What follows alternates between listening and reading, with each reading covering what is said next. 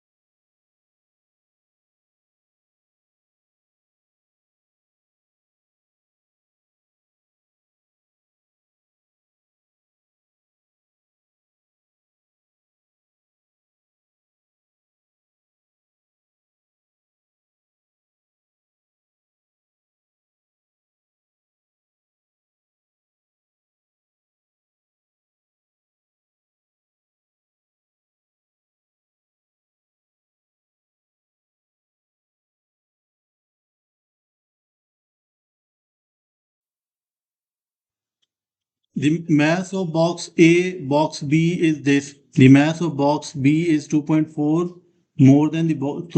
So आप इसको बिल्कुल इस तरीके से अटेम्प्ट कर सकते हो। A का बॉक्स है आपका 3.2 एंड देन दिस। और इसको एक और वे ये है, the mass of box B is 2.4 kg more than the mass of box A. ठीक है, बिल्कुल। सबसे पहले तो 7 - 4, ये तो आपके पास रेशियो आ गई। ठीक है, बेसिकली यू कैन से 4/7 इज इक्वल्स टू। अब हम ये भी कर सकते हैं, calculate the mass of box A and the mass of box B. ये ए 4 जो बॉक्स ए का मास है, 7 जो बॉक्स बी का मास है। ठीक है, हम क्या लेट करते हैं, let the mass of box A is x. तो बॉक्स बी का मास कितना होगा? तो बॉक्स बी का मास कितना होगा? 2.4 प्लस एक्स। सो हम इसको यहां पे लिख सकते हैं x divided by 2.4 plus x. So ये इसको आप रीअरेंज करके you can easily find out the value of x which will be 3.2 and the value of b will be 5.6. This will be the final answer. Let's move to question number 4. The area of the trapezium. Now we know that the area of the trapezium will be equals to 1 by 2 into sum of parallel sides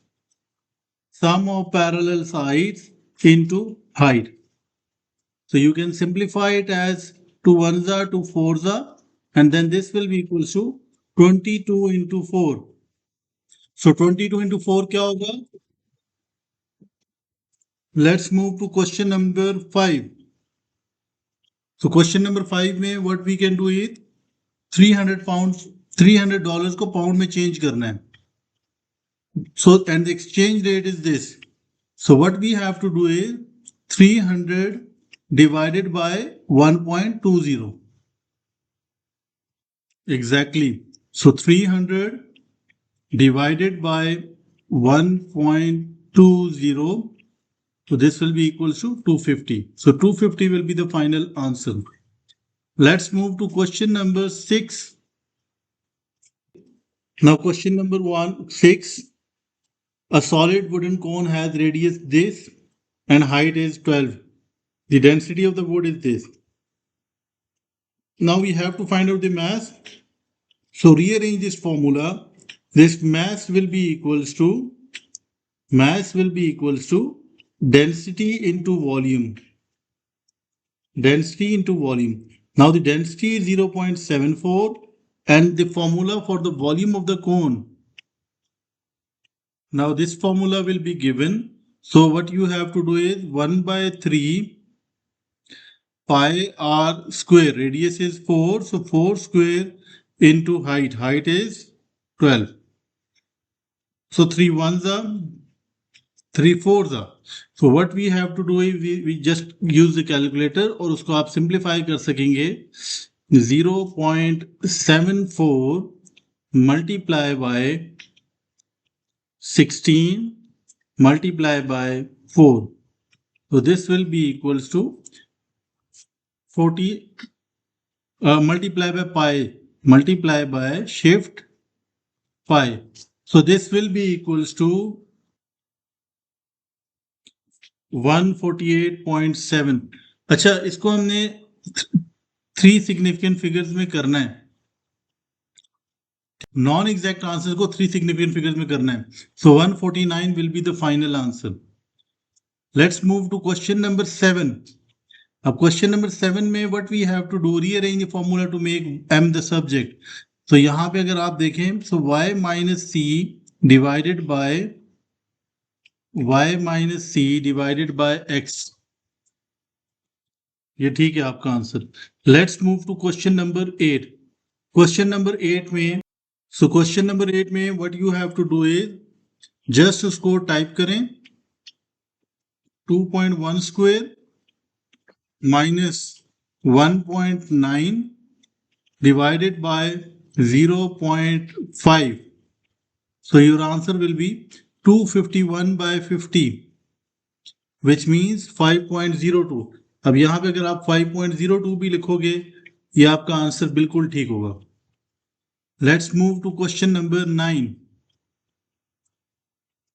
Question number 9, what you have to do, you have to solve it simultaneously. तो आप इसको substitution method से भी कर सकते हो और elimination method से भी कर सकते हो. अब एलिमिनेशन मेथड से हम कैसे सॉल्व कर सकते हैं? डायरेक्टली अगर आप सेकेंड इक्वेशन को मल्टीप्लाई बाय 3 कर दो. So 2w minus 3y is equals to 11. Then multiply by 3 करो तो 9w plus 3y is equals to 33. तो इन दोनों इक्वेशंस को क्योंकि ताकि y के कोफिशिएंट सेम हो जाएं. ठीक है. हाँ अब ये देखो w is equals to 44 by 11 which means w is equals to 4. उसको आप किसी भी इक्वेशन में पुट करके आंसर ला सकते हो. w 4 होगा, y minus 1 होगा. क्लियर है? Let's move to question number 10. Now in question number 10, a group of 12 adults and 9 children travel on a bus The cost of an adult ticket is $n. The cost of the child ticket is n-1, n-10. The total cost of the ticket is this. Now, what we have to do is, we have to see the total number of adults कितने 12. So 12 multiply by n. ये cost किसकी होगी? Adults की. Child की कितनी होगी? 9 multiply by n-10. ठीक है, क्योंकि ये जो आप, ये तो एक एडल्ट की है, एक चाइल्ड की है, is equals to 277.50.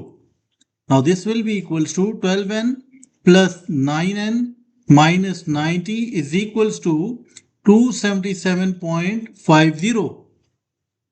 So this will be 21n is equals to 277.50 plus 90. Clear है ये? Now 277.50 plus 90 divided by 21. So your final answer will be 17.5. So n will be equals to 17.5. I hope कि ये concept clear है अब आपको. इसमें आप अगर अपनी वर्किंग को चेक करें तो आपके पास, आपने क्या किया, ये तो आपने वन एडल्ट की कॉस्ट की है ना. ठीक है, तो इसलिए ये this one is a very important point कि आपने 12 एडल्ट्स की और 9 उसकी कॉस्ट देखनी है. आई होप कि क्लियर है ये. अब let's move to question number 11. In a sale, the original price of the shirt is reduced by this. Now what we have to do, we have to find the original price. So the very first thing is, let the original price is X.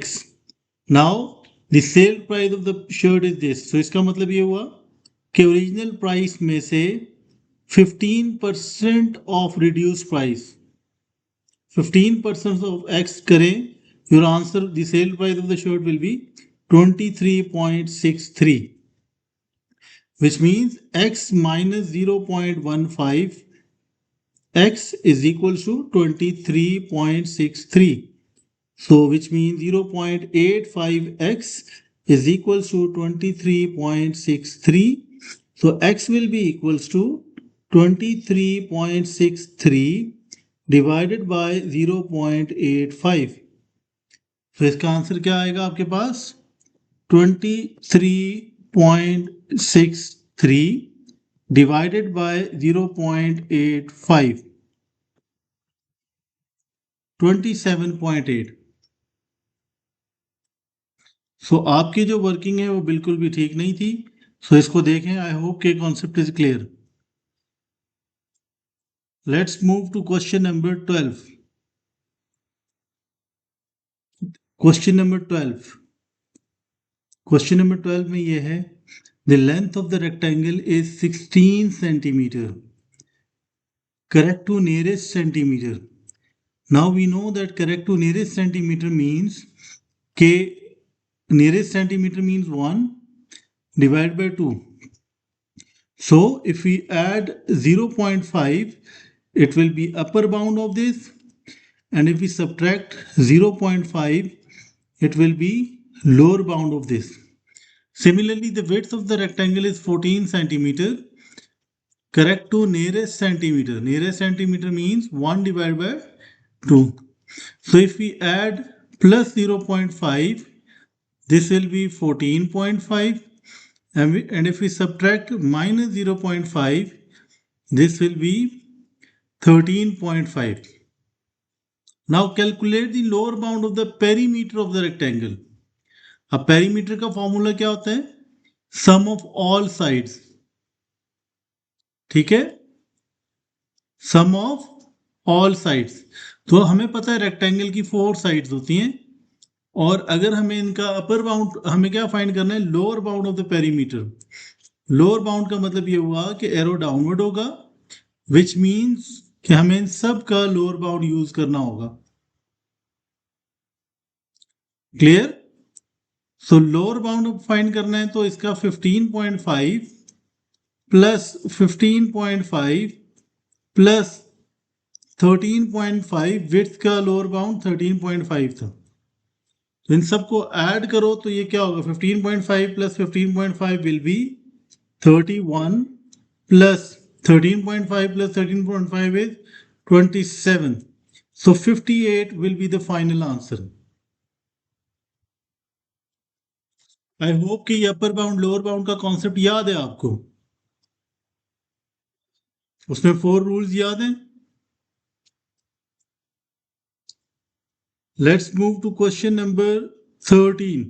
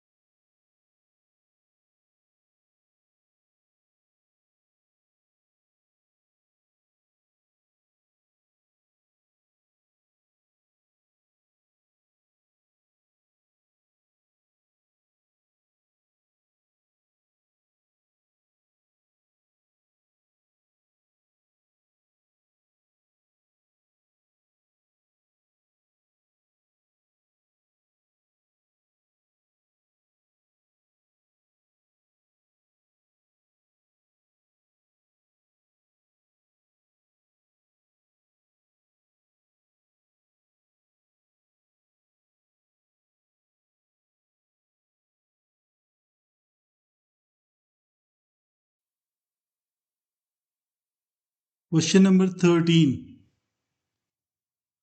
So इसमें the triangle ABC and triangle PQ are mathematically similar.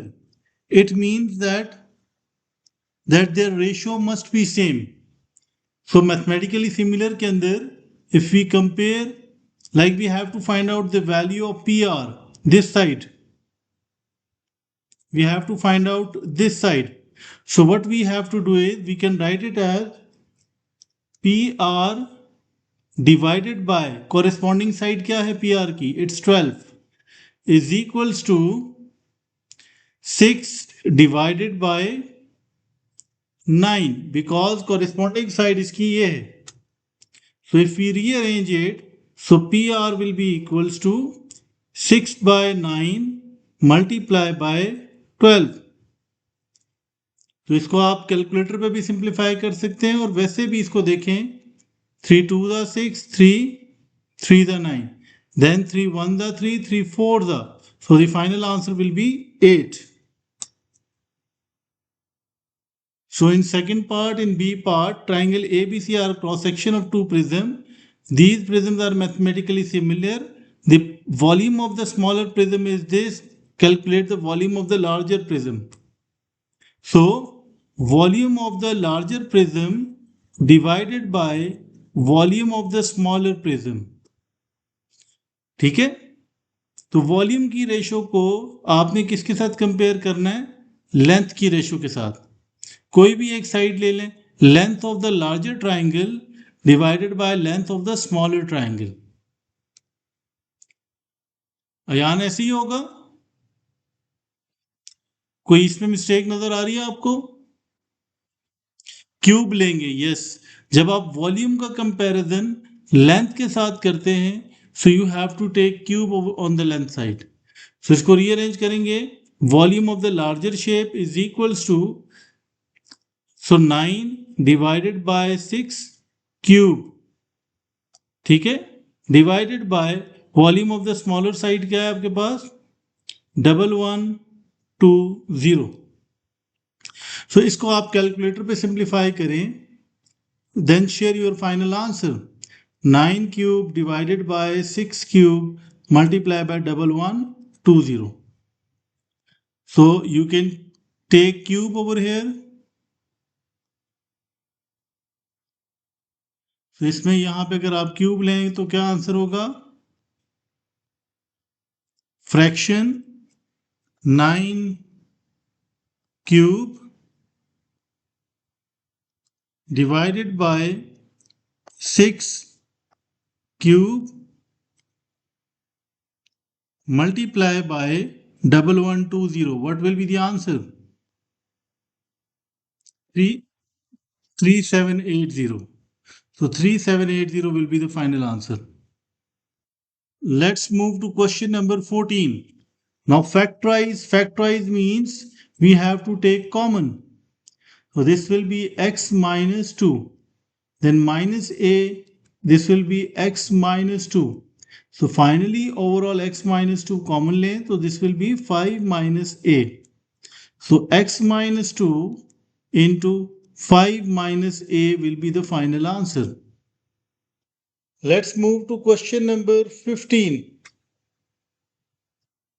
Question number 15 में आपने क्या करना है? The interior angle of a regular polygon. Regular polygon क्या होता है आपके पास?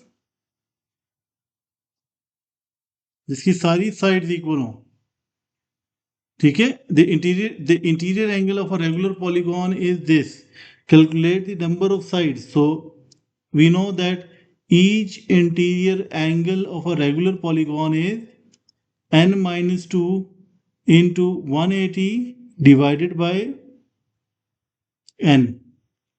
So 172 is equals to 180n minus 360 divided by n.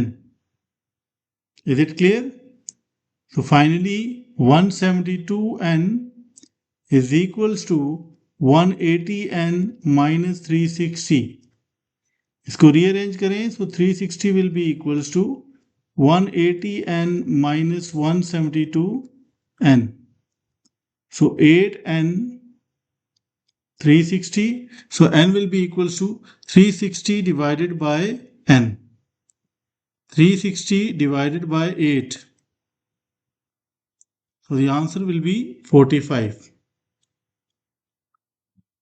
Let's move to question number 16. On any day, the probability that weather will be sunny is 0.7. Find the probability on any day weather will not be sunny. So this will be 0.3. When the weather is sunny, the probability that Rohit goes for a walk is this. So first of all, we know that we will have two possibilities, that whether the weather is sunny and the weather is not sunny. Then when the weather, अब हमें पता है this will be 0.7, this will be 0.3. When weather is sunny, it will be, they will go by walk. इसकी probability है 0.9. So not walk की probability क्या होगी? 0.1. Similarly, when the weather is not sunny, Rohit goes for a walk. तो इस वक्त probability is 0.2. So not walk की probability क्या होगी? 0.8. Find the probability that on any day Rohit goes for a walk. So walk के लिए हमारे पास ये दो केसेस हैं, एक ये केस है सेकंड हमारे पास ये केस है। Is it clear Ayaan? Now what we have to do is this will be 0.7 multiplied by 0.9 plus 0.3 multiplied by 0.2. So you can use calculator and then you can share your final answer.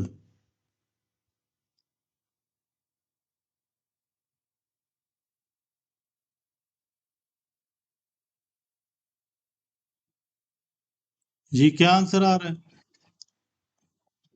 0.69. This will be the final answer. Is it clear? Let's move to question number 17.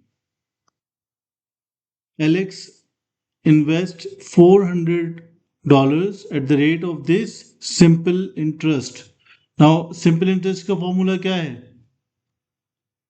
I is equals to PRT. So I will be equals to interest amount or the profit will be 400 multiplied by 2.3 divided by 100 multiplied by 5. तो इसका answer क्या आ रहा है आपके पास?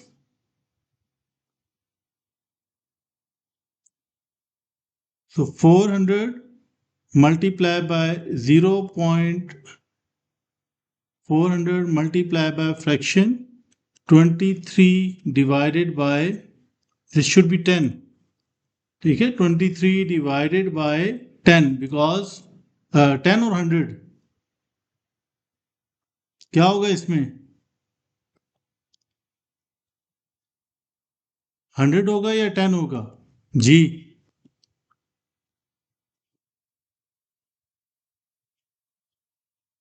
100 होगा। ठीक है, so the final answer will B 460.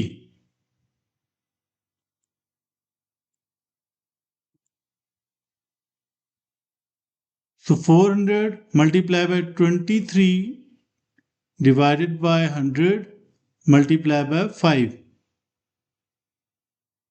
यहाँ से your final answer will be 46. 2.3 divided by 100 multiplied by 5. This will be 46. So total amount, total profit will be, total amount क्या होगा आपके पास? 400 plus 46. Let's move to the second one. Virat has 100 to spend. In February he spent X. In March he spent this. अब हमें पता है फरवरी में क्या है? X है। तो हम क्या करेंगे? At the end of April Virat है 33.80 रिमेनिंग। तो हमें पता है कि रिमेनिंग अमाउंट किस तरह आएगी आपके पास, जितनी उसने एक्सपेंड की होंगी। तो remaining amount will be equals to 100 minus, अब फरवरी में कितना एक्सपेंड किया है? एक्स। मार्च में कितना स्पेंड किया है? 10% more than this. So it means that x plus 10% of x. मेरी बात समझ आ रही है?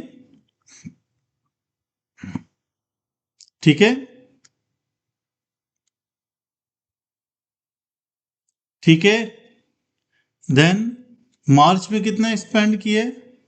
दिस विल बी, फरवरी में क्या था? x प्लस 10% ऑफ x, ये तो मार्च का था, plus 10% of this.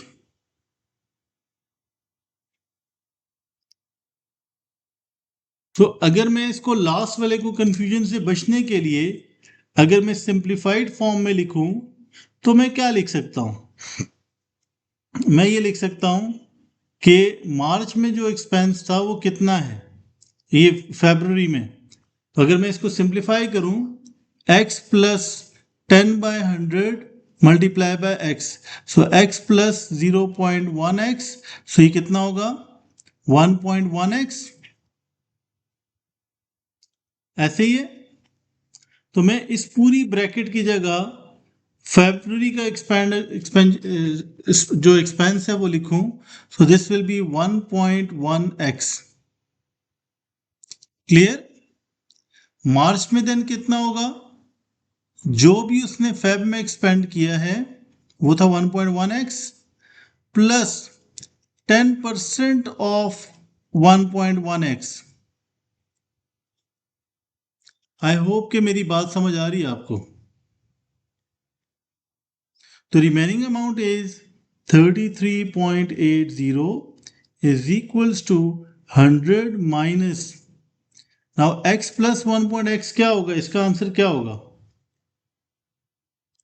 2.1x plus 1.1x plus 10 by 100 multiply by 1.1x। Is it clear?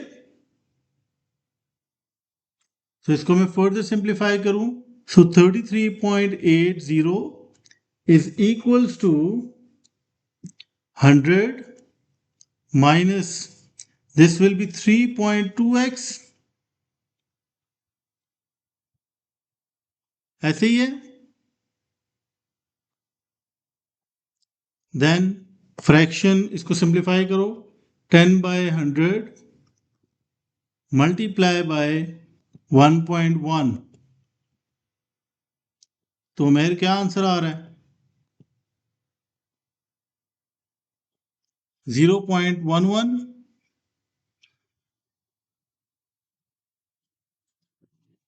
0.11x plus 3.2 करो, so 3.2 this will be equals to 3.31। so 33.80 is equals to 100 minus 3.31x। अब आप इसको just rearrange करो, so this will be equals to 3.31x is equals to 100 minus 33.80। So अब आप calculator पे जैसे इसको सिंप्लीफाई करो, you can easily find out the value of x। So 100 minus 33.80 divided by 3.31। So what will be the answer? 20। So 20 will be the final answer. Let's move to the C part. Bobby invests $500 in an account that pays compound interest each year. At the end of 17 years, the value of Bobby's investment is this। अब एक चीज यहां पे ये है कि we don't know the interest rate, तो हम क्या करेंगे? हमें पता है कि future value is 700.13, present value is 500, 1 plus R is in percent और टाइम इज 17। यहां तक ठीक है?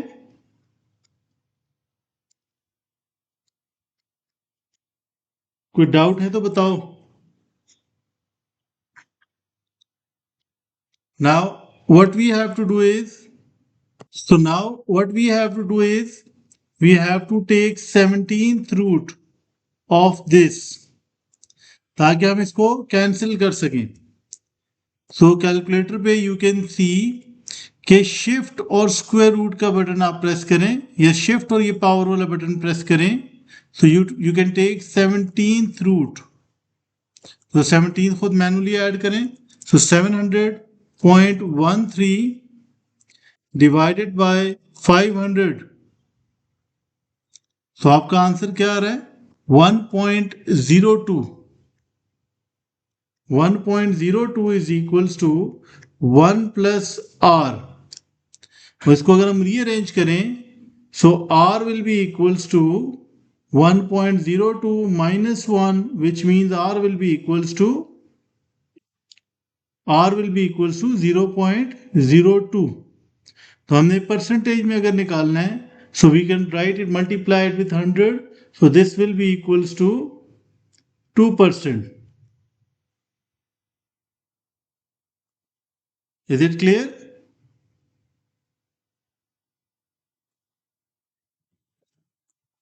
(0.02) उसको आपने मल्टीप्लाई बाय 100 किया, so this will be equals to 2.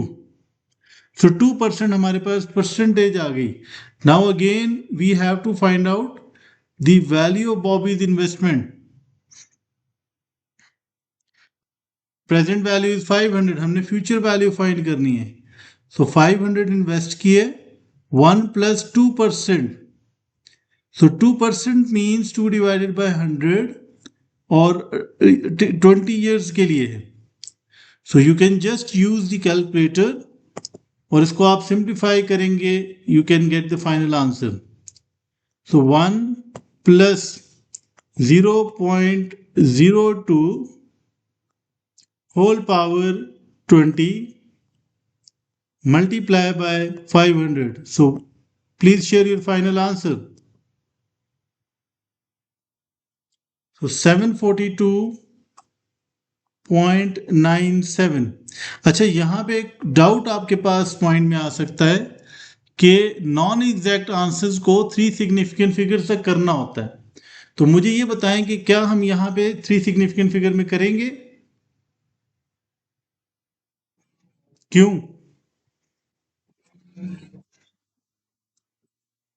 Exactly. So because question में भी अप टू 2 डेसिमल प्लेसेस उन्होंने वैल्यूज निकाली हैं, तो हम भी अप टू 2 डेसिमल प्लेस तक वैल्यूज निकालेंगे. Let's move to question number 18.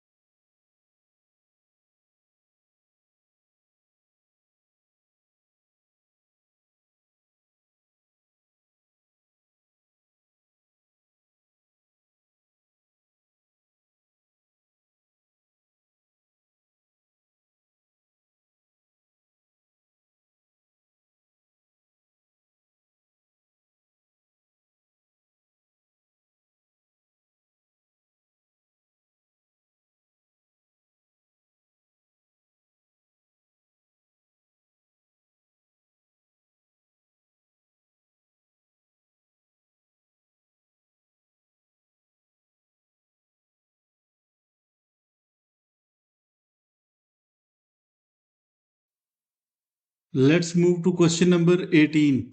Okay, first में देखें, find the value of x, y and z. Now we can see that x को हम आराम से फाइंड कर सकते हैं. x is equals to, because this one is a triangle, ये जो आपको शेप नजर आ रही है ट्राइंगल है, तो आप यहाँ से x is equals to 29. Then for y we know that angle on the same arc are equal.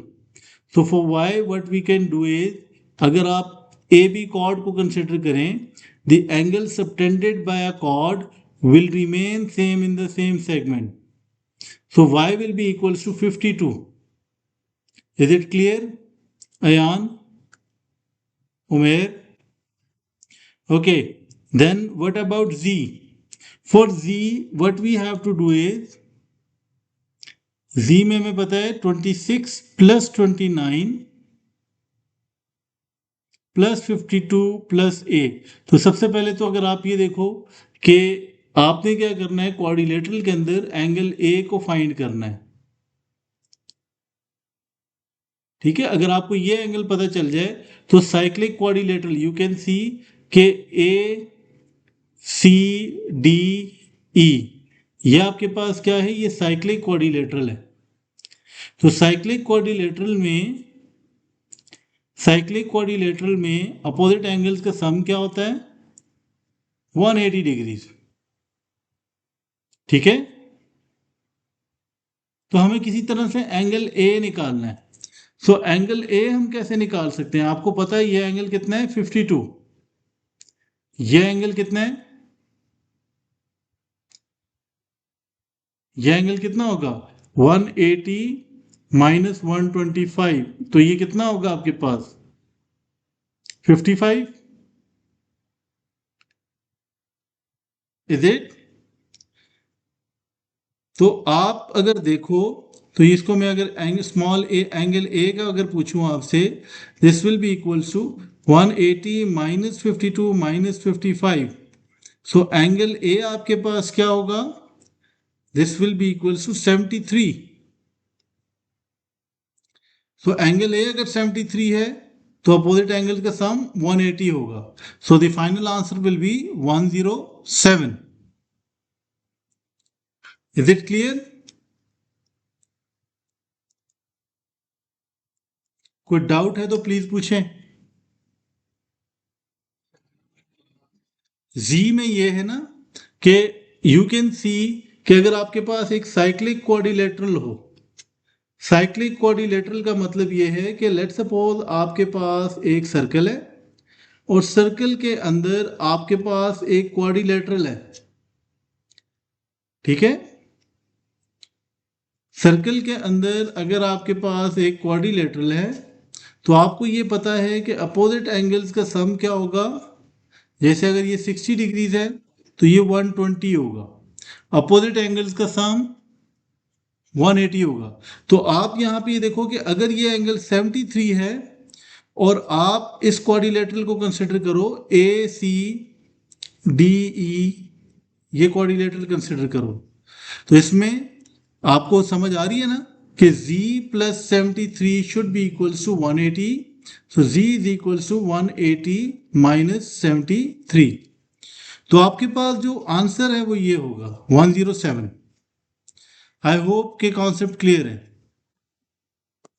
Let's move to question number 19। First में find f of -3। So f of -3 will be equals to -3 plus 1. So this will be -2. Then second one, domain is this, तो range आप इसी तरह से find करोगे। ठीक है, g of -3 put करो और ऑर्डर भी आपने यही रखना है, ऑर्डर चेंज नहीं करना। Then in the C part आपने क्या करना है, h of x is this, तो h of x आपके पास ये है, आपने सिंप्लीफाई किया, h of x की जगह आपने क्या रखा, 2 पावर x। तो 2 power x is equals to 1 by 2 power 5। तो इसको रीअरेंज करो, 2 power x is equals to 2 power -5। So x will be equals to -5। ये आंसर आपका ठीक नहीं है। ठीक है, ये यहाँ पे ये वर्किंग आपकी ठीक नहीं है, ये 2 पावर, इसको 2 को आप मल्टीप्लाई नहीं कर सकते। ये क्लियर है सुनेरा? हाँ, बिकॉज हमने दोनों साइड पे बेसिस सेम करनी होती है। अगर आपके पास बेसिस सेम है इक्वल टू के, तो it means power will be same. So x will be equals to -5। Let's move to the D part. अब डी पार्ट में क्या करेंगे, h इनवर्स ऑफ x लिखा हुआ है। So we know that h of x is equals to 2 power x। तो x will be equals to what? तो यहां पे ये देखें, अगर h inverse of x is equals to 3, it means x will be equals to h of 3। ये clear है? क्योंकि आप h को इस साइड पे था, लेफ्ट साइड पे आप राइट साइड पे ले गए, so h of 3 will be equals to 2 power 3, which means 8. So we can say x will be equals to 8. I hope कि ये क्लियर है।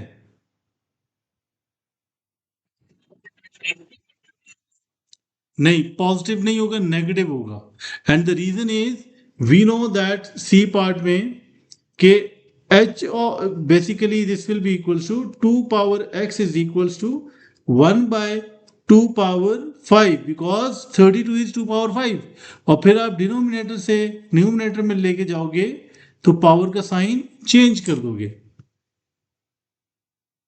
That is why x will be equals to -5.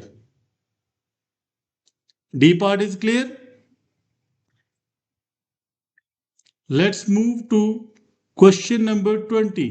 और ये याद रखो, क्वेश्चन नंबर 20 में आपको formula sheet given है, ठीक है? Calculate the length of A B. सो ए बी की लेंथ के लिए हम क्या यूज कर रहे हैं? हम अपने ट्राइंगल को सबसे पहले आइसोलेट कर सकते हैं। This point is A, this point is B, और ये पॉइंट आपके पास डी है। इसको मैं अगर क्लियरली ड्रॉ करूं, this point is B, this point is A, और ये पॉइंट आपके पास डी है। तो ट्राइंगल को जब आप आइसोलेट कर दोगे फिर आप इजीली फाइंड कर लोगे। डी बी आप बेस आपको गिवन है, बेस आपके पास है 12, और एंगल भी आपको गिवन है 34, और आपने क्या फाइंड करना है? ए बी की लेंथ फाइंड करनी है। परफेक्ट वर्किंग है ये बिल्कुल, ठीक है। 8.09। Second, let's move to the B part. B part में डायग्राम आपको गिवन है, calculate the area of the quadrilateral.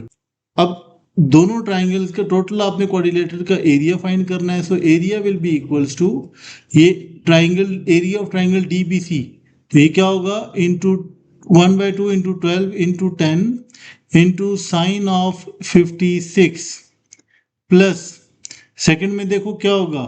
1/2 into 12 into, अब सेकंड में देखो ये वाला जो ट्राइंगल है ए बी डी, ये राइट एंगल ट्राइंगल है, तो बेस इंटू हाइट होगा।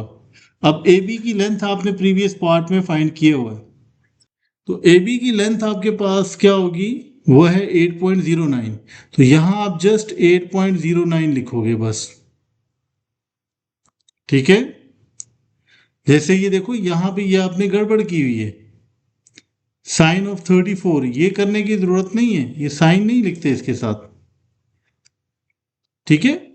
अब मुझे इसको सिंप्लीफाई करोगे, जस्ट कैलकुलेटर पे आपने एज इट इज टाइप करना है, 1/2 multiply by 12 multiply by 10 multiply by sine of 56, plus again दूसरा शेप का 1/2 मल्टीप्लाई बाय 12 मल्टीप्लाई बाय 8.09। ये आंसर क्या आ रहा है? 98.28। तो आप इसको 98.28 लिखो या 98.3 कर दो, एक ही बात है, बिकॉज 3 सिग्निफिकेंट फिगर्स में करना है। आई होप कि ये क्लियर है। Is it clear? Let's move to the next one. Calculate the perimeter of the quadrilateral. Now find the perimeter. Perimeter का मतलब क्या होता है? Complete length. तो अब आप ये देखो, आपने सबसे पहले बी सी की लेंथ फाइंड करनी है। तो बी सी की लेंथ आपको पता है आपने कैसे फाइंड करनी है, तो बी सी की लेंथ फाइंड करें। बाकी लेंथ आपको पता है, ए बी आप फाइंड कर चुके हैं, डी ए आपने फाइंड करना है। सो यहां पे भी perimeter will be equals to B C plus C D plus D A plus A B. तो ये जो जिसको मैंने हाईलाइट किया ये पेरीमीटर होगा आपके पास। सो आप क्या करोगे? बी सी किस तरह फाइंड करोगे? कोसाइन लॉ को यूज करके। So B C square will be equals to 10 square plus 12 square minus 2 into 10 into 12 cos of 56। और अगर ये चीज भूल जाओ आप, तो आपको पेपर के स्टार्ट में इसका फॉर्मूला दिया होता है। So B C will be equals to under root this. तो अब आपने क्या करना है, आपने इसको इस तरह लिखना है 10 square plus 12 square minus 2 into 12 into 10 cos of 56। ठीक है, और फिर आपने इसका आंसर का स्क्वायर रूट लिया। सो you can see the answer is 10.45। ठीक है, तो बीसी का आंसर आपके पास फाइनली क्या आया, 10.45। तो अब पेरीमीटर आपके पास क्या होगा, सम ऑफ ऑल साइड्स। तो बीसी आपके पास 10.45 प्लस 10 प्लस ए बी का आंसर क्या था आपके पास, ये देखो ए बी का आंसर था 8.09। तो 8.09 प्लस, अब देखो डीसी का आंसर कैसे निकालेंगे, पाइथागोरस थ्योरम यूज करके। समझ आ रही है, क्योंकि ये राइट एंगल ट्राइंगल है। So D C square is equals to 12 square plus 8.09 square. तो यहां से आप डीसी की वैल्यू निकाल सकते हैं, स्क्वायर रूट ऑफ दिस। तो इसको आप कैलकुलेटर पे करके और मेरे मुझसे आंसर शेयर करो कि क्या आंसर आ रहा है आपका। 12 square plus 8.09 square,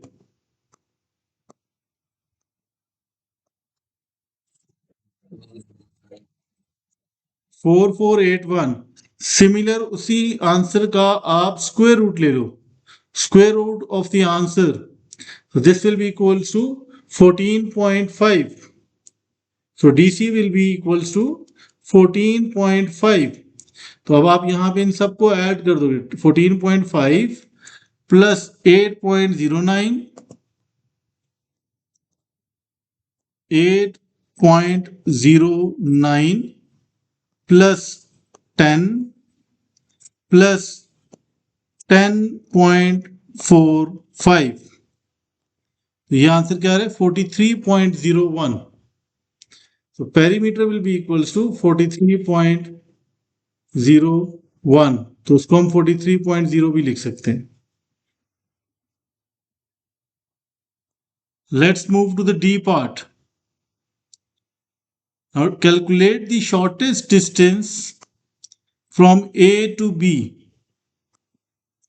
Shortest distance from from B to the line AD. तो B to the line AD means कि हमने क्या फाइंड करना है, हमने ये डिस्टेंस फाइंड करना है। तो हमें पता है shortest distance mean this angle should be of 90 degree. तो हमने बी एम फाइंड करना है। तो मुझे आप बता सकते हो एंगल ए कितना होगा, जी सुनेरा। बल्कि इसको मैं अगर यहाँ पे थोड़ी देर के लिए भूल जाऊं इस लाइन को, आप मुझे एंगल ए फाइंड करके बता सकते हो क्या होगा।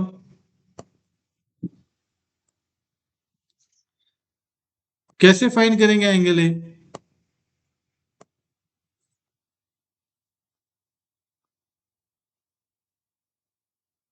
तो आप 180 में से 90 और 34 को माइनस कर देंगे। सो दिस विल बी 56। और ए बी क्या की लेंथ आपके पास 8.09। अब shortest distance of B from D लिखा हुआ है, तो ये डिस्टेंस आपके पास कितना होगा, बी एम की लेंथ फाइंड करनी है। तो अगर ये शॉर्टेस्ट डिस्टेंस है तो ये एंगल 90 होगा। मैं अगर अपने ट्राइंगल को आइसोलेट कर दूं, ये पॉइंट बी है, ये पॉइंट एम है, ठीक है, और ये साइड आपके पास ए है, ए बी एम। तो अब आप देखो तो ये एंगल कितना है, 56। और ए बी की लेंथ क्या है, 8.09।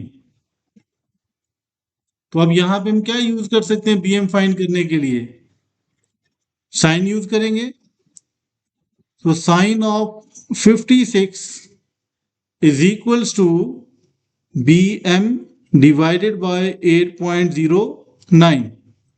तो बी एम क्या होगा आपके पास, 8.09 मल्टीप्लाई बाय साइन ऑफ 56। अब मुझे सिंप्लीफाई करके बताएं कि क्या आंसर आ रहा है आपके पास। साइन ऑफ 56 मल्टीप्लाई बाय 8.09, तो ये क्या आंसर आ रहा है, 6.70, मतलब 8.09, 8.09 multiply by sine of 56। So your final answer is 6.71। ठीक है, क्योंकि आपने करेक्ट टू 3 सिग्निफिकेंट फिगर करना होता है। Let's move to question number 21। First का this will be 15T8, this will be the final answer. और सेकंड में क्या होगा, अब हम इंडिसेस के रूल्स यूज कर सकते हैं। 64 power 5/6 and multiply by u power 36 whole power 5/6। ठीक है, तो अब आप इसको यहां पे, बाय द वे आपको विदाउट कैलकुलेटर भी कर लेना चाहिए, लेकिन अगर आप कैलकुलेटर यूज करो तो क्या होगा, 64 पावर 5/6। ठीक है, तो ये आंसर आ रहा है 32। सो you can write 32 multiply by, अब यहां पे इसको सिंप्लीफाई करो, 6 1 जा 6, 6 6 जा 36, और पावर के ऊपर पावर तो मल्टीप्लाई होता है। तो आप अगर रफ वर्क में भी करो या यू कैन यूज कैलकुलेटर, तो दोनों से भी आपके answers, this will be equals to u power 30। तो 32 u power 30 will be the final answer. Is it clear ना? Let's move to question number 22.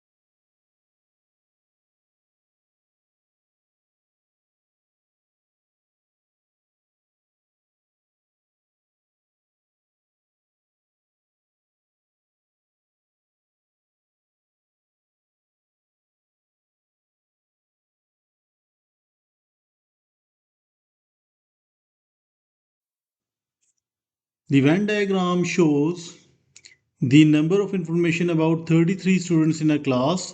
One of the students in the class is picked at random Find the probability that this student does not study geography, does not study history. Now, कितने students हैं जो history और geography दोनों से बाहर हैं? सो 5 by total number of students कितने हैं? 33। तो प्रोबेबिलिटी आप इसी तरह से निकालते हो, ठीक है। Study geography and history both, तो आपको पता है बोथ का मतलब ये हुआ कि आप इंटरसेक्शन वाला रीजन देख रहे हो। तो इंटरसेक्शन का मतलब ये हुआ कि आपके पास क्या होगा, दिस विल बी 13/33, ठीक है। Let's move to the B part. Two of the students who study history are picked at random. Find the probability that one student also studied geography and that one student does not study geography. सबसे पहले तो आप ये देखो कि geography के total number of students कितने हैं जो सिर्फ ज्योग्राफी पढ़ रहे हैं, ये आप बता सकते हो?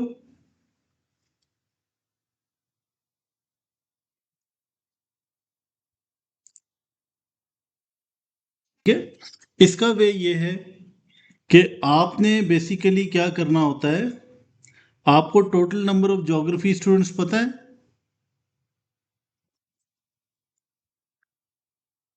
क्या कहीं ये लिखा हुआ है कि total number of geography students कितने हैं?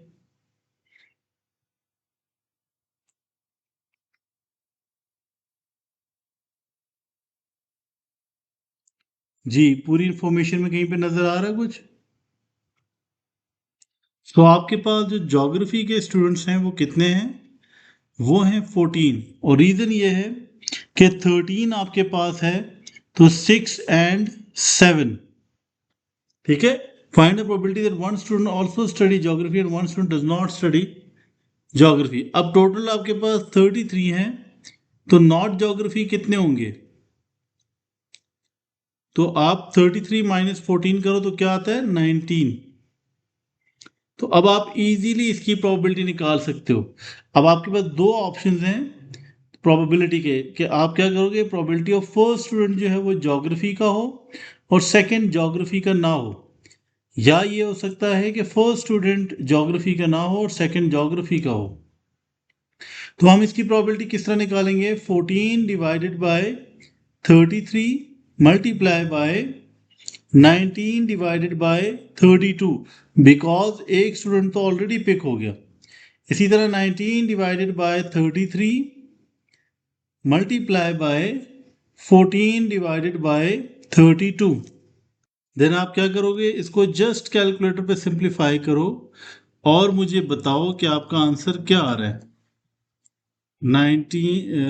14 by 33 multiply by fraction 19 by 32, और हमें पता है ये 2 दफ़ा है तो इसको मल्टीप्लाई बाय 2 कर दो, तो आपका आंसर क्या आ रहा है?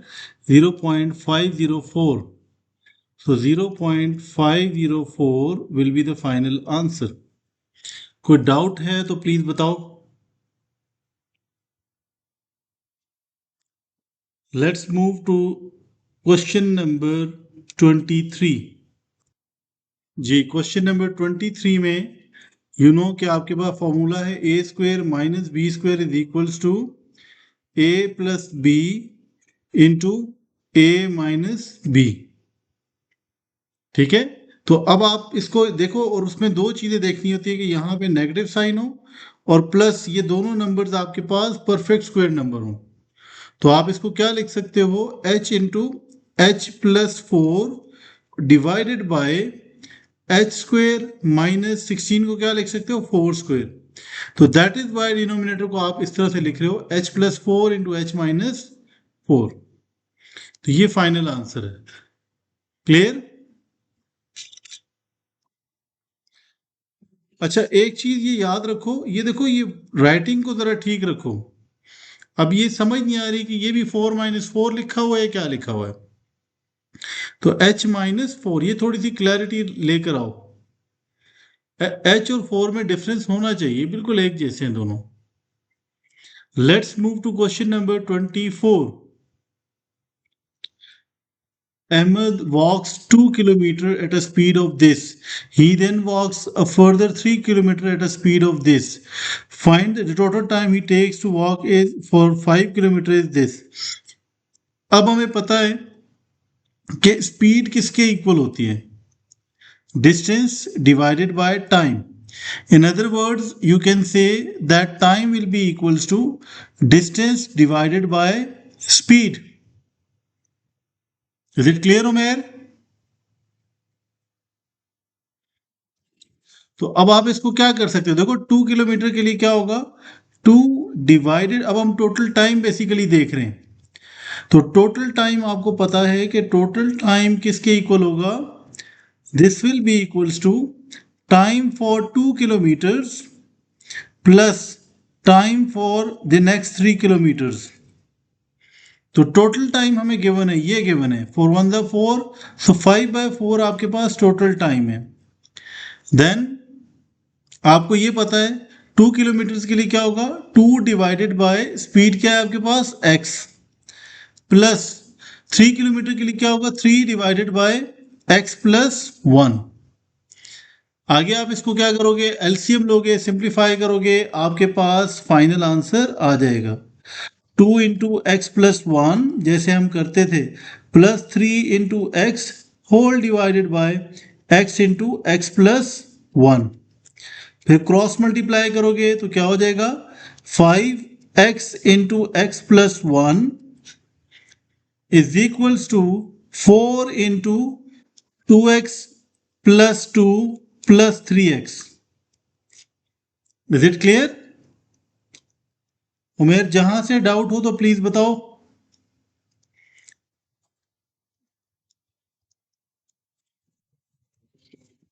ये जस्ट क्रॉस मल्टीप्लाई किया है, यहां पे मैंने एलसीएम लिया है. Just you have to take the LCM and after this you have to just simplify it. और सिंप्लीफाई किस तरह किया है कि क्रॉस मल्टीप्लाई किया है. You can see that 4 is in the denominator over here. If you shift it to the right side, you have to multiply it. Then the next step will be, this will be 5x square plus 5x is equals to 20x plus 8. इसको rearrange करोगे 5x square plus 5x minus 20x minus 8 is equal to 0 and then 5x square minus 15x minus 8 is equal to 0. This will be the final answer. और आपको ये भी पता है show that command word is show that, it means that this should be the final answer. Now attempt the second one. Second one में what you have to do is quadratic equation is given to you. You have to just simplify it. Find the value of x. You know that the quadratic equation is 5x square minus 15x minus 8. Now first of all you have to identify that a is equals to 5, b is equals to minus 15 and c is equals to minus 8. उसके बाद आपको ये working given है, ये formula given है, quadratic formula is given. तो आप as it is quadratic formula के अंदर इन वैल्यूज को पुट करोगे. इंपॉर्टेंट पॉइंट इज कि b इज माइनस 15, इसका मतलब ये होगा कि यहां पे प्लस होगा. ठीक है, so x will be equals to minus 15 plus minus b square, which means minus 15 square minus 4ac divided by 2a. और इसको आप जस्ट कैलकुलेटर पे भी सिंप्लीफाई करो तो आपके ये आंसर ये ठीक है. तो इसमें से आप पॉजिटिव वाले आंसर को लोगे. क्यों लोगे? बिकॉज x आपके पास किलोमीटर पर आवर है, तो नेगेटिव को आप इग्नोर करोगे, पॉजिटिव को लोगे. जैसे डिस्टेंस अगर आपके पास हो तो आप क्या करते हो? पॉजिटिव वाले को लेते हो, नेगेटिव को इग्नोर करते हो. Clear? Let's move to question number 25. Question number 25. So first of all you have to P the midpoint, P the point on this, Q the point. Find the equation of the perpendicular bisector. ठीक है, तो ये 14 and 3। Then gradient आपके पास क्या है, 6 minus 0 and 20 minus 8। बिल्कुल ठीक है। y is equals to M x plus C, और आपने बिल्कुल यही आंसर है। अब ये देखें 5 मार्क्स का क्वेश्चन है ये, तो final answer is y is equals to minus 2x plus 31। ठीक है। अच्छा, एक चीज ये याद रखो कि ये जो आपने काम किया है ना, 1/2 एंड -2, इसको आपने इक्वल नहीं लिख सकते। It's a blunder. ये कैसे इक्वल हो सकता है? इसके बजाय आप ये कह सकते हो कि gradient of perpendicular bisector will be equals to -2। ठीक है, वर्किंग आपकी बिल्कुल ठीक है, लेकिन लॉजिकली देखो 1/2 इज इक्वल्स टू -1/2, तो इसकी कोई वो बनती नहीं है। ठीक है, let's move to question number 26। Question number 26. Now dy by dx is this. Now we know that y is equals to ax power 11 plus 3xb. So if I asked you to find dy by dx, so dy by dx will be equals to a into 11 x power 10 plus 3 into b x power b -1। तो basically differentiation के अंदर हम करते क्या हैं? Differentiation में यही करते हैं कि जो भी पावर हो उसको स्टार्ट में ले आते हैं और पावर में से 1 माइनस कर देते हैं। सेकंड पार्ट में भी देखो, जो भी पावर है उसको स्टार्ट में ले आओ, पावर में से 1 माइनस कर दिया। Is it clear? Then it means that 11a x power 10 plus 3b x power b -1 is equal to dy। अब dy हमें पता है किसके इक्वल है? dy इक्वल है 44 x power 10 plus 18 x power c। Now from here what we have to do, because दोनों equal हैं, इसका मतलब ये है कि कोफिशिएंट्स विल बी सेम। अब आप x पावर 10 के कोफिशिएंट अगर लेफ्ट साइड पे देखें, क्या है? 11a is equals to 44, which means a will be equals to 4. Similarly, second का कोफिशिएंट सिंप्लीफाई करें, 3b is equals to 18. So b will be equals to 18 by 3, which means b will be equals to 6. कोई doubt है तो please बताएं।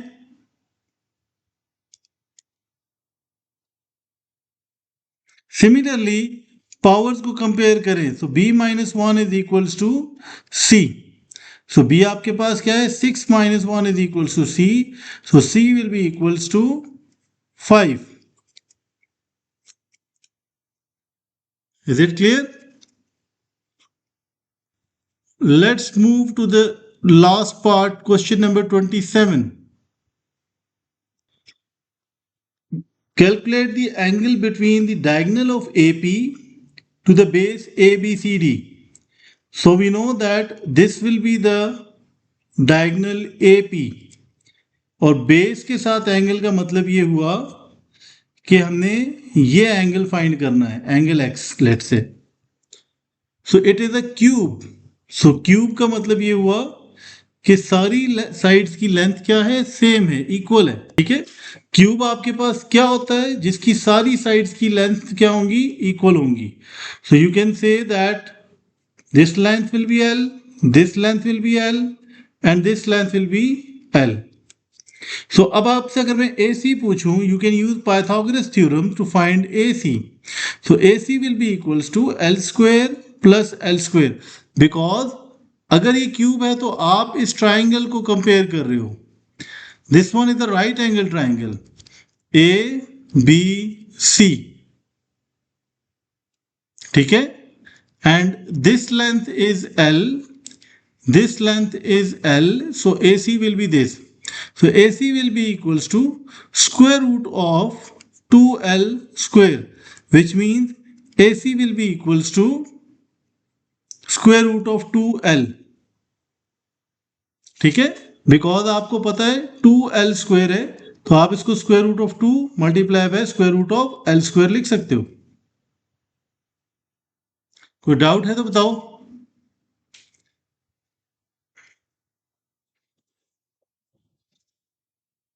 Okay, then आप देखो ए C P, ठीक है। अब ए सी की लेंथ आपके पास है जी square root of 2l, P C की लेंथ आपके पास l, और ए पी की लेंथ अब आपने ये वाला एंगल फाइंड करना है, एंगल x।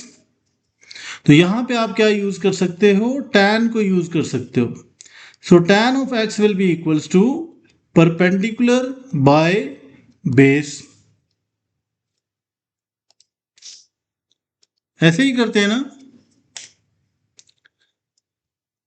सो एल और एल को आप कैंसिल कर दो। सो tan of x is equals to 1 by square root of 2. So x is equals to tan inverse of 1 by square root of 2. कोई डाउट है तो प्लीज बताएं।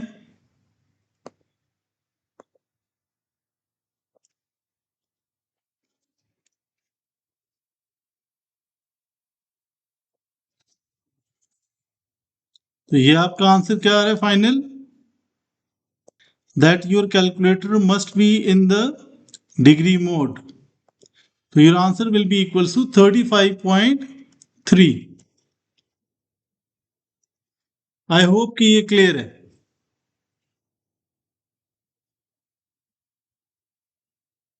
Let's move to the next one. I think that is it for today. ये last question था, that is it for today.